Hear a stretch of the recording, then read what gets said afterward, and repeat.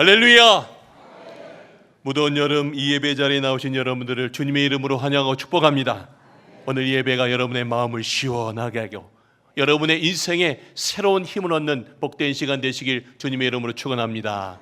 우리 앞뒤자로 좀 인사하겠습니다. 예배를 통해 새 힘을 얻읍시다 하고 서로 인사하겠습니다.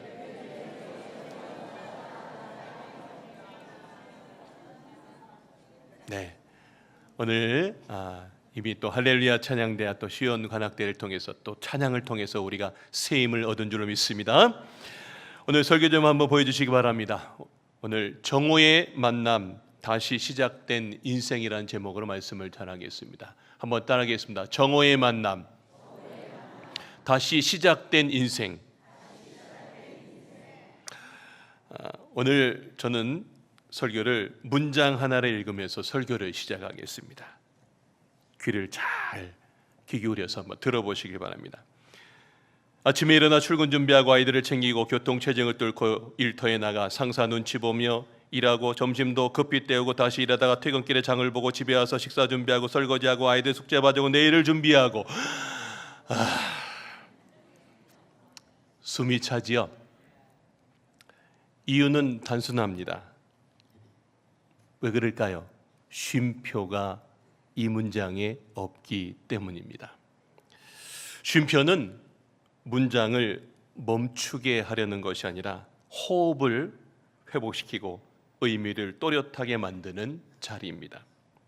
문장에 쉼표가 없으면 결국 흐트러지듯 삶에도 우리 인생에 쉼표가 필요합니다. 우리가 아주 빠르게 달렸던 우리 인생 속에 잠깐 멈춰서 숨을 고르고 내가 어디쯤 와 있는지 정리하면서 다음을 준비하는 시간, 그 시간이 있어야 내 삶에 힘이 나고 내 삶에 새로운 회복이 있는 것입니다. 자, 이번에 화면을 한번 보시겠습니다. 자, 저 괄호의 의미를 좀 보고 제가 이렇게 표현하겠습니다. 속으로 분노하며 내 말이 맞아! 이렇게 읽으면 되겠죠? 너무나 슬프지만 한숨 쉬며 그래도 기다려 볼게요. 아마 이렇게 읽어야 될 거예요. 자, 그런데 저 말 중에 괄호가 없어진다면 문장의 의미가 완전히 달라질 겁니다. 한번 다음 한번 해주십시오. 내 말이 맞아. 그래도 기다려 볼게요. 괄호 하나 뺐는데요, 문장의 의미가 완전히 달라졌습니다. 그런 거 느끼시죠? 괄호라고 하는 것은 본문 옆에서 그 글의 맥락과 의도를 밝혀주는 표지판 같은 역할입니다. 이 글을 이렇게 읽으라고, 이 글의 의미가 어떤 것인지 알고 이렇게 하라고 가르쳐 주시는 지시어입니다. 그런데 우리 인생에도 이런 괄호가 있습니다. 왜 그 일이 내게 있었는지, 왜 그때 내 인생의 길이 막혔었는지, 그때는 이해가 안 됐지만 시간이 지나 하나님 안에서만 해석되는 순간이 있습니다. 여러분의 인생 속에 그냥 막 가는 것 같지만 지금은 안 보이지만 하나님이 내 인생 가운데 이 괄호의 의미를 지금 다 저나 여러분에게 다 있다고요. 지금은 이해 안 돼요. 그러나 하나님 안에서 해석된 어떤 지점을 하나님께서 주신다고요. 문제는 우리가 마치 영화 배우처럼, 그 장면 속의 배우처럼 눈 앞만 보며 살기 때문에 그 괄호의 의미를 잘 못 본다는 거예요. 그러나 감독이신 하나님은 우리 인생의 전체 대본의 모든 것들을 다 알고 있어요. 안목의 집사, 안목의 권사, 우리 인생의 모든 삶의 대본을 다 알고 계세요. 그래서 그 괄호의 의미를 알려면 뭐가 필요하냐면 쉼표가 필요해요. 우리 인생에 막 나갔던 내 삶 속에 쉼표의 시간, 잠깐 멈추어서 누굴 봐야 되냐면 하나님을 바라보셔야 돼요. 바로 그 순간에 하나님을 바라보면 내 인생에 보이지 않았던 삶의 뜻들, 내 인생에 왜 그런 일들이 일어났었는지를 알게 되는 시간이 옵니다. 그때 그래서 하나님이 이렇게 하려고 그때 그렇게 하셨구나. 그때는 몰랐지만 하나님이 이렇게 인도하셨구나 라고 하는 것들을 깨닫게 되는 거예요. 자, 오늘 본문에 한 여인이 등장합니다. 정오, 가장 더운 시간, 사람들을 피해서 우물가에 나온 사마리아 여인입니다. 마치 그녀 인생에 쉼 없이 달려왔어요. 그런데 주님이 그녀 인생에 쉼표의 시간을 줍니다. 잠깐 멈추어서 자신이 살아왔던 인생을 돌아보게 하는 우물가의 만남을 주세요. 그리고 예수님께서 그녀가 이해하지 못했던 내 삶의 내막을 하나씩 하나씩 열어주시고 풀어주시고 그녀 인생이 그렇구나 하면서 인생의 새로운 삶의 전환점이 되는 시간이 오늘 우리가 읽은 본문입니다. 자, 이제 오늘 그 우물가로 함께 가보겠습니다. 그 만남이 어떻게 그녀의 삶을 해석했고 그 해석이 어떻게 변화를 시켜주셨는지, 그 예수님과의 짧은 쉼표 같은 그 만남 속에서 그녀의 인생 속에 새로운 전환점이 됐고 그녀의 인생은 완전히 뒤바뀌었습니다. 저는 오늘 이 예배 자리에 나오신 여러분들 모두가 바로 그와 동일하게 오늘 이 예배를 통해서 여러분의 인생 속에 잠깐의 쉼표의 시간이지만 여러분이 오늘 이 예배를 통해서 예수님을 만나고 새로운 전환점의 시간 되시길 주님의 이름으로 축원합니다. 오늘 첫 번째 메시지입니다. 정오에 찾아오신 예수님입니다. 따라합시다. 정오에 찾아오신 예수님. 자, 오늘 본문의 주인공 사마리아 여인은 정오의 우물가로 나왔습니다. 히브리 문화에서는 보통 우물은 아침이나 해질녘에 갑니다. 요즘 우리가 얼마나 더워요. 낮에 일하기 너무 힘들어서 아침 일찍 나가듯 이스라엘 사람들도 우물을 가려면 이른 아침이나 해질녘에 갑니다. 더위를 피할 수 있는 그 시간에 가서 사람들과 교제할 수 있는 곳, 그곳이 바로 우물이었습니다. 그런데 오늘 본문의 주인공 이 여인은 아무도 움직이지 않는 가장 더운 시간, 정오에 이 우물가로 나아갑니다. 왜일까요? 사람이 싫어서가 아니라 사람들의 시선을 견딜 수 없었기 때문입니다. 피하고 싶었고 감추고 싶었고 아무 일 없다는 듯 조용히 물만 깃고 돌아가려 했을 뿐입니다. 상상해 보십시오. 뜨거운 햇볕 아래 등에 땀이 줄줄 흐르는 채로 조심조심 걸어오는 여인. 혹시 눈이라도 마주칠까 고개를 푹 숙이고 숨죽여 우물가로 다가갑니다. 그런데 그곳에 이미 누군가가 앉아 있었습니다. 그것도 사마리아인들이 기피하는 유대인 남자 한 사람이 앉아 있습니다.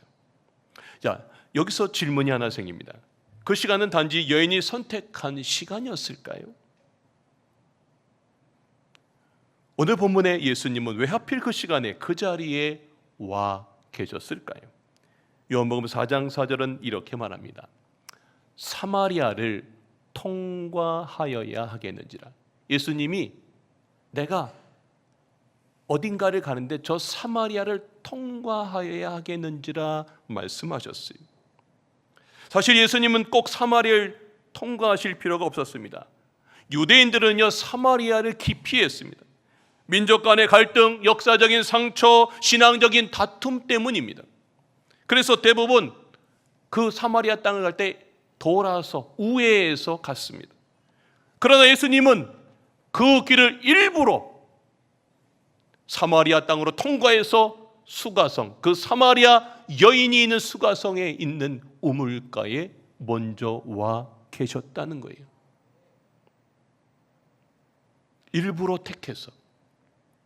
그것은 단순한 지리상의 선택이 아니었습니다. 하나님의 시간, 하나님의 장소, 하나님의 만남이었습니다. 예수님은 말씀하십니다. 나는 오늘 그 여인을 만나야만 하겠다 하고 지금 예수님이 가신 겁니다.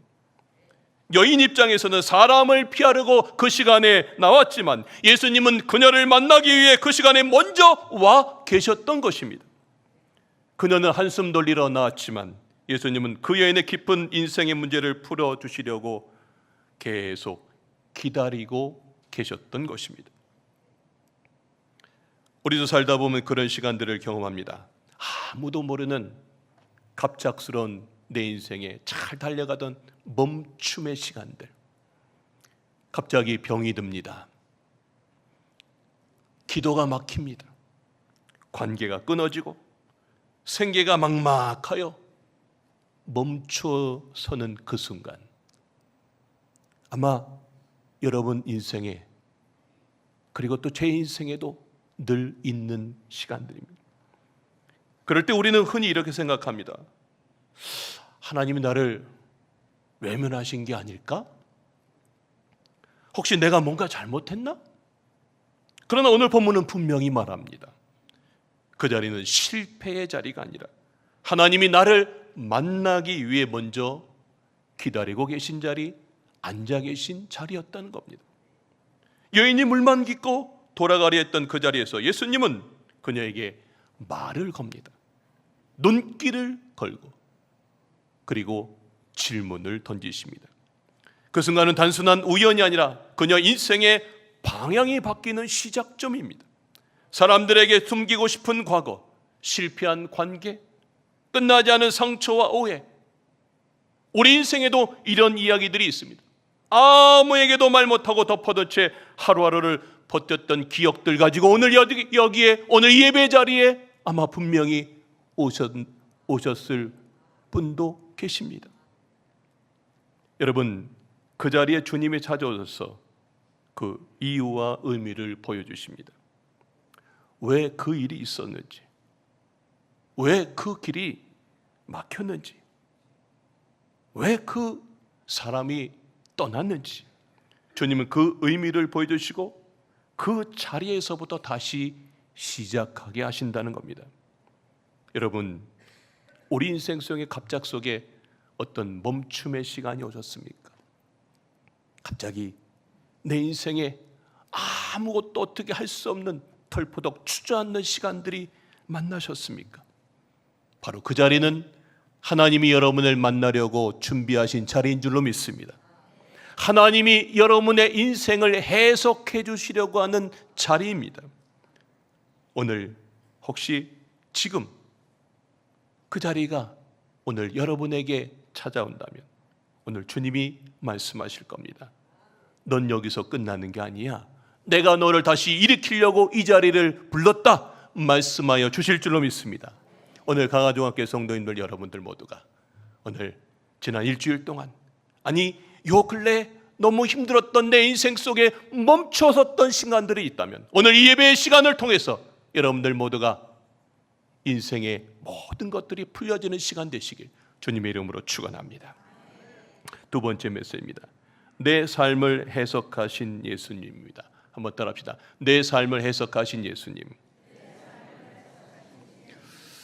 자, 예수님이 만나자 뜻밖의 한마디를 이 여인에게 건넵니다. 자, 요한복음 4장 7절입니다.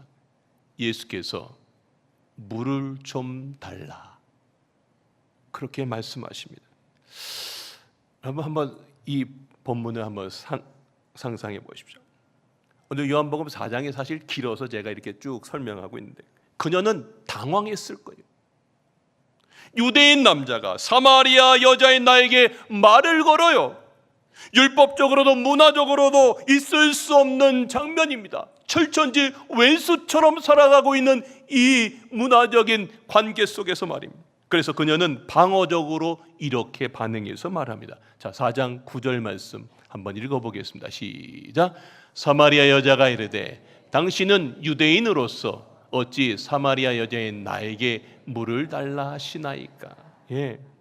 당신 유대인이잖아요. 왜 지금 나한테 물 달라고 하냐고. 지금 뜬금없는 이 물을 달라고 하는데 왜 지금 이런 얘기를 하냐고 지금 방어하고 있습니다.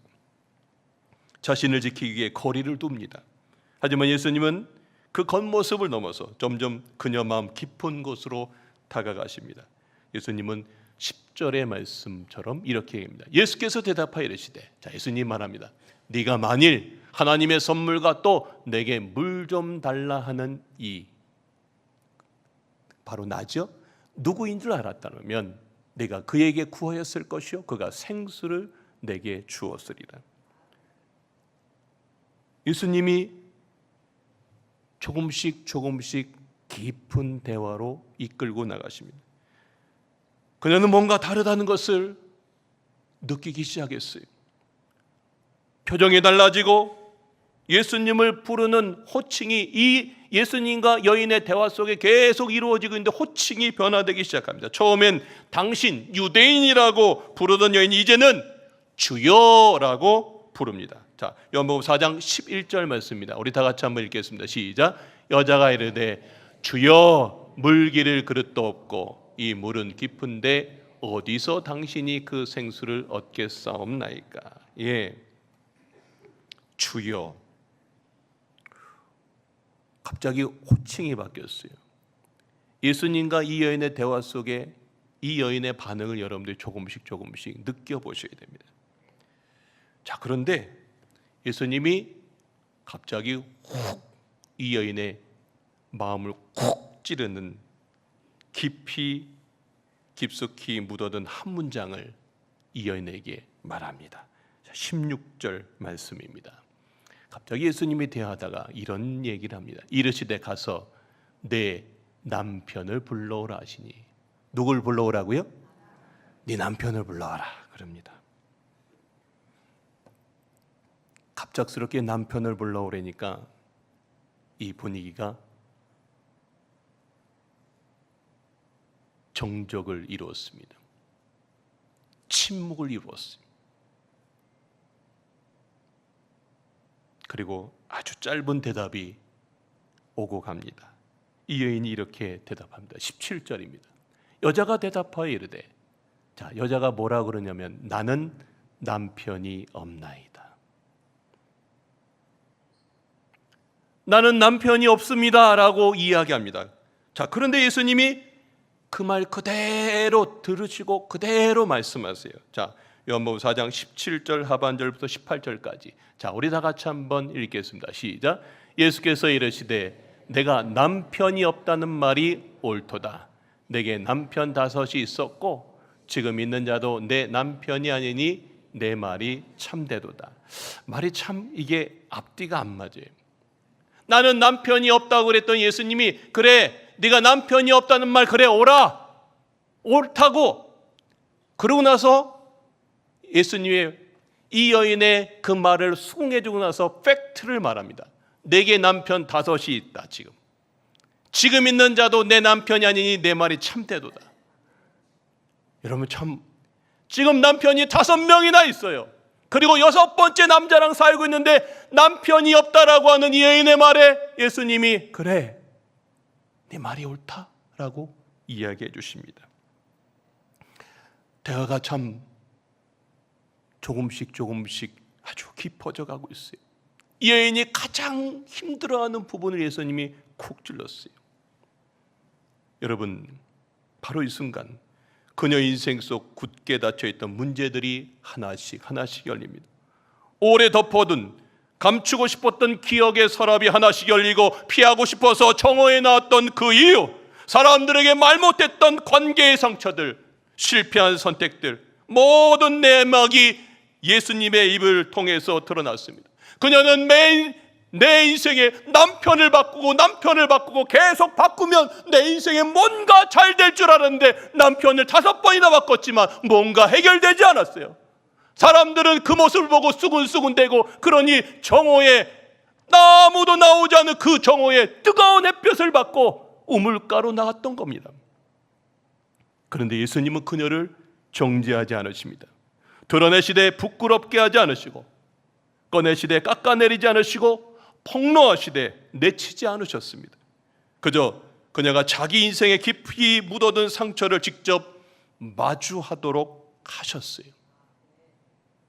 그리고 그녀 인생에 숨겨있던 이 모든 의미를 새롭게 해석해 주셨습니다. 요한복음 4장에 있는 이 대화를 읽다 보면 이 여인이 예수님을 부르는 호칭이 점점 변화되기 시작합니다. 호칭의 변화를 한번 보여주시기 바랍니다. 4장 9절에서는 유대인이라고 합니다.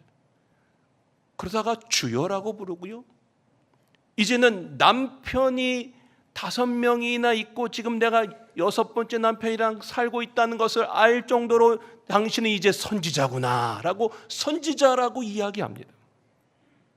여러분, 처음엔 유대인, 거리감과 경계심이 담긴 호칭입니다. 다음엔 주여, 존중과 관심이 섞인 호칭이었어요. 그리고 마침내 선지자, 자신의 삶을 꿰뚫어 보시는 하나님의 사람으로 인정하는 고백입니다.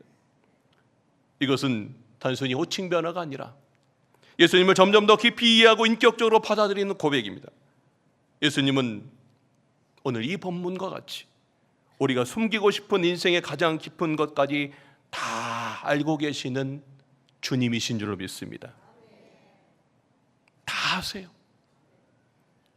중요한 건 예수님은 그것을 폭로가 아니라 회복의 출발점으로 사용하신다는 것입니다.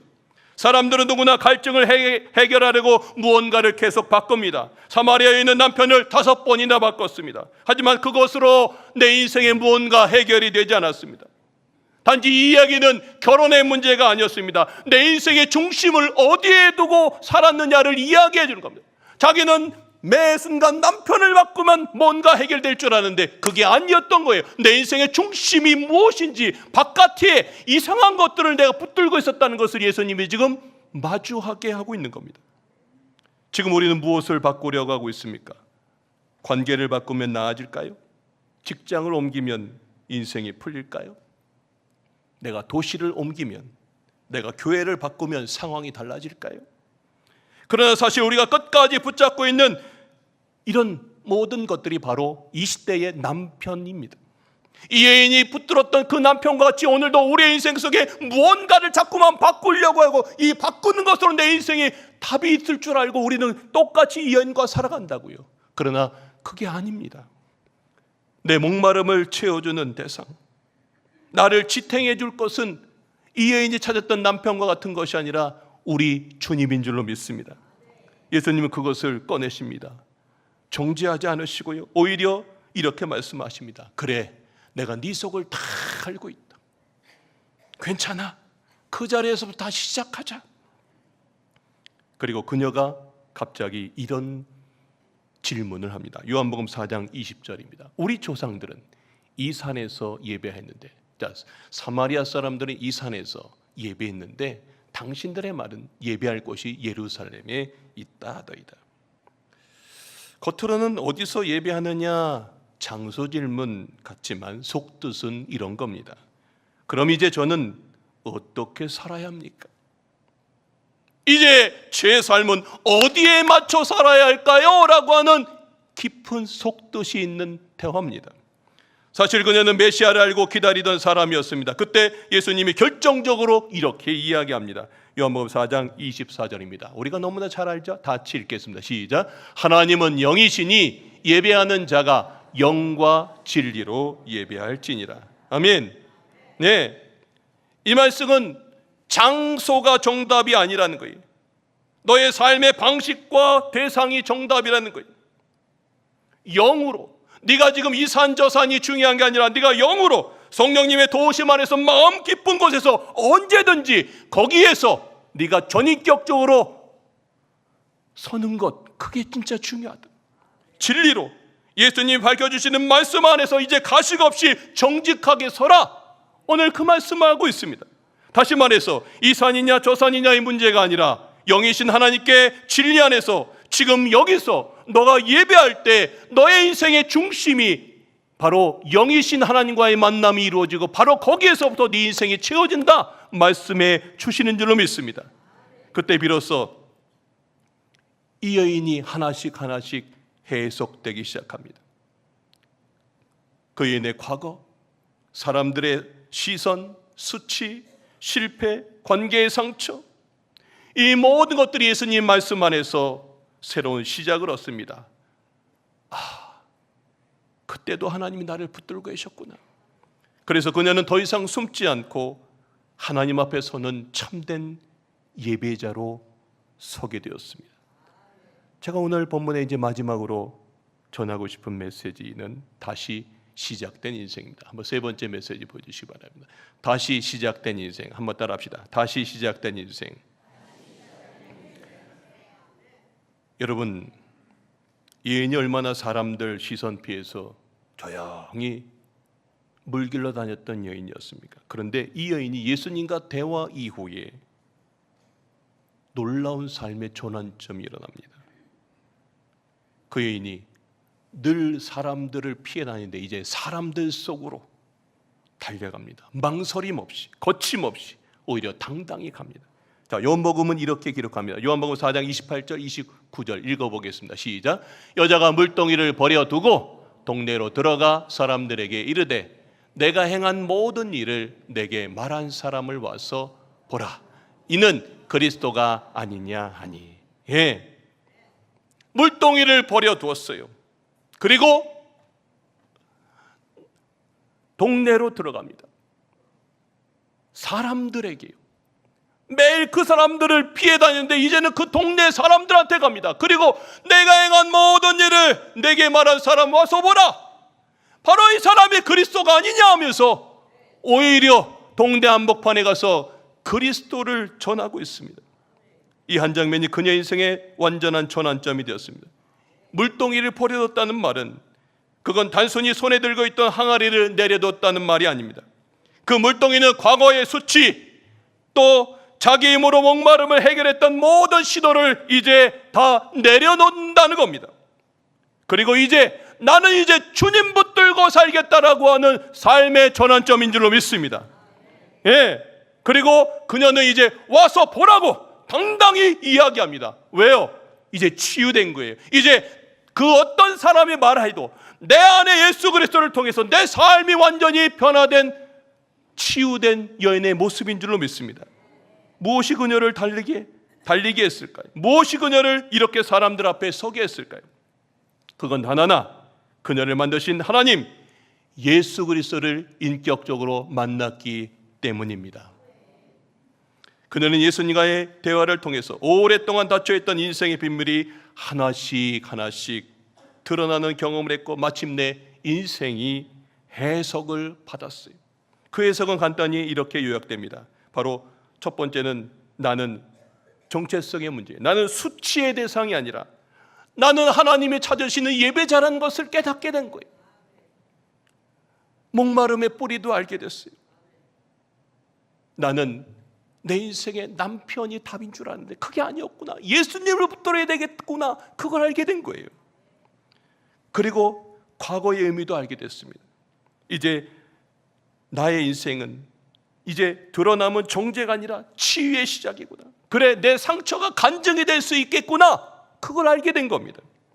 그래서 이 여인은 이제 사람들에게 가서 숨던 사람이 와서 보라 라고 하는 간증의 사람이 된 줄을 믿습니다. 왜 나는 이렇게 살았을까? 왜 그 고통이 있었을까? 왜 사람들은 날 외면했을까? 예수님은 그녀가 품고 있던 이 질문들의 일을 하나하나 풀어주셨습니다. 그리고 그녀는 깨달았던 겁니다. 내 인생을 설명할 수 있는 분은 이분밖에 없구나. 내 과거를 아시면서도 정죄하지 않으시고 품어주시는 유일한 분이 예수님밖에 없구나. 그렇게 깨달음이 오자 그녀의 인생이 풀리기 시작했어요. 복음의 이 귀한 복음을 들고 마을에까지 갔어요. 그리고 단 한마디의 증언을 이 마을에 이야기합니다. 그리고 이 마을이 어떻게 변화되냐면 4장 30절처럼 됩니다. 읽어보겠습니다. 시작. 그들이 동네에서 나와 예수께로 오더라. 그 동네 사람들이요, 이 여인의 말을 듣고 동네에서 나와 누구한테 온다고요? 예수께 왔습니다. 사람들의 표정이 바뀝니다. 도대체 저 여인이 뭐야? 골목마다 속삭임이 번집니다. 아이들이 그녀 뒤를 따라가고 장터에서 물건을 파던 사람들이 손을 멈춥니다. 마을의 시선이 한 사람에게 집중됩니다. 그들의 발걸음이 모두 예수님을 향합니다. 한 여인의 해석된 인생이 한 마을을 예수님께로 이끌었습니다. 할렐루야! 이 얼마나 놀라운 간증입니까? 이 여인의 이야기는 우리의 이야기도 합니다. 우리도 문제가 생기면 환경을 바꾸려고 합니다. 관계를 바꿉니다. 회사를 바꾸려고 합니다. 그래, 내가 저 딴 도시를 가면 되겠지. 심지어 교회를 바꾸기도 합니다. 하지만 그게 해결책이 아니라는 걸 우리는 압니다. 이 여인도 남편을 5번이나 바꿨습니다. 복음으로 해석되지 않으면 인생은요, 계속 도망만 갑니다. 어떤 걸 해도 답이 없어요. 중요한 것은 내 인생의 중심에 무엇이 있는지 알아야 됩니다. 내 인생의 중심에 무엇이 있어야 될까요? 바로 예수 그리스도가 있어야 되는 줄로 믿습니다. 여러분, 이 예배 잘 오셨습니다. 지금 이 자리에서 주님은 여러분을 기다리고 계셨습니다. 그리고 여러분에게 말합니다. 사랑하는 내 아들아, 사랑하는 내 딸아, 왜 그 일이 있었는지, 왜 그 길이 막혔는지 힘들었지? 나는 알고 있다. 그리고 너를 정죄하지 않는다. 너를 다시 시작하게 하려고 이 자리에 내가 먼저 와 있었다 말씀하십니다. 결국 중요한 건 단 하나입니다. 여러분은 지금 예수님을 누구라고 부르고 계십니까? 여러분은 지금 예수님을 도대체 누구라고 부르십니까? 그냥 유대인입니까? 선지자 같은 종교적인 인물입니까? 아니면 여러분의 인생 전체 대본을 알고 계시는 하나님, 참된 나의 인생의 구원자라고 고백하십니까?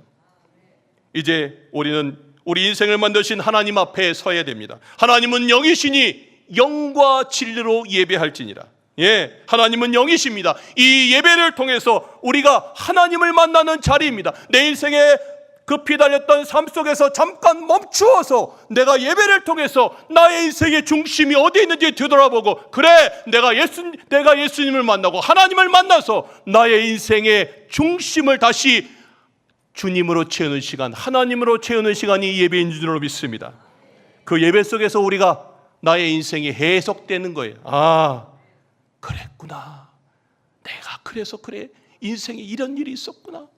근데 내가 지금 이 일들을 내가 감당하고 있네? 깨닫게 되는 거예요. 여러분도 그 해석이 시작되면 물동이를 버려두고 달려가는 인생이 되는 줄로 믿습니다. 결론의 말씀입니다. 우물가의 시간은 누구에게나 다 필요합니다. 이 시간이 없으면 우리는 계속 무너질 수밖에 없습니다. 저에게는 새벽 시간이 저만의 우물가의 시간입니다. 새벽에 4시에 일어나서 저는 목욕을 합니다. 그리고 예배의 자리로 나와서 기도하고 말씀을 펼치고 책을 읽는 시간, 저는 오전 시간에 그 시간 다 쓰는데, 그 시간이 없으면 저는 이 자리에 설 수 없습니다. 솔직히 감당할 수 없는 순간들이 훨씬 많습니다. 해야 할 일은 참 많고 마음은 흔들리고 길이 안 보일 때 저는 도망치듯 기도의 자리로 나갑니다. 하나님, 저 이거 못하겠습니다. 하나님, 이거 너무 어렵습니다. 하나님, 이거 감당이 안 됩니다. 그렇게 이야기하면 그때 주님은 조용히 말씀하십니다. 괜찮아, 내가 너를 불렀잖니. 그 자리에 내가 먼저 와 있잖니. 그때 제 인생의 문제들이 하나씩 해석이 됩니다. 아, 그래서 그때 그 일이 있었구나. 아, 그때는 몰랐지만 하나님이 이렇게 끌어오신 거였구나. 그 순간 가슴 속에서 뜨거움이 오르고 눈물이 솟고 오래 굳어있던 마음이 부드러워집니다.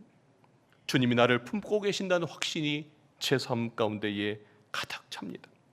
그 시간이 없었다면 저는 이 자리에 서 있을 수 없습니다. 멈추고 하나님의 해석을 받는 시간, 그것이 저의 우물가의 시간입니다. 이 우물가의 시간은 저만이 아니라 여러분 모두에게도 필요합니다. 지난주 만난 성도님들의 얼굴들이 떠오릅니다. 병원에서 돌아온 권사님, 오늘도 참 많이 보이시네요. 자녀 문제로 밤잠 못 이루는 집사님, 끝이 안 보이는 가정, 갈등, 숨막히는 경제 문제, 이것이 바로 사마리아 여인의 이야기 아닙니까? 우리도 매번 풀리지 않는 삶의 문제를 지금 붙들고 살고 있지 않습니까?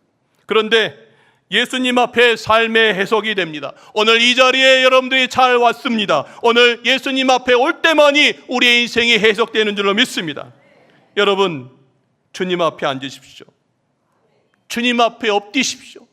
주님의 말씀의 자리에 서 계십시오. 그러면 주님이 여러분의 인생의 모든 것들을 해석해 주실 줄로 믿습니다. 그 말씀이 여러분을 살릴 것이고요, 여러분의 인생의 과거는 오히려 간증이 되고 두려움은 사명이 되는 줄로 믿습니다. 그리고 이제 여러분은 달려가는 인생, 물동이를 버려두고 달려갔던 그 여인과 같이 살아가는 줄로 믿습니다. 이번 휴가를 그냥 몸만 쉬는 시간으로 끝내지 마시고 주님과 마주하는 이 우물가의 시간을 각자 가지시길 바랍니다. 바로 그때 여러분의 인생에 마음 깊은 곳이 해석이 되고 여러분의 인생의 문제가 하나하나 풀려나갈 줄로 믿습니다. 왜 길이 막혔는지, 왜 그 고통이 있었는지, 모든 것이 하나님의 더 크고 깊은 계획이었음을 깨닫게 될 것입니다. 그리고 이제 여러분들 모두가 이 여인처럼 멋진 물동이를 버려두고 달려가는 사명자가 될 것입니다. 이제 멈추고 듣고 달려가십시오. 오늘이 바로 그날인 줄로 믿습니다. 이 말씀 붙잡고 다시 힘을 얻어서 이 시대의 우물가의 여인처럼 귀하게 쓰임받는 인생 되시길 주님의 이름으로 축원합니다.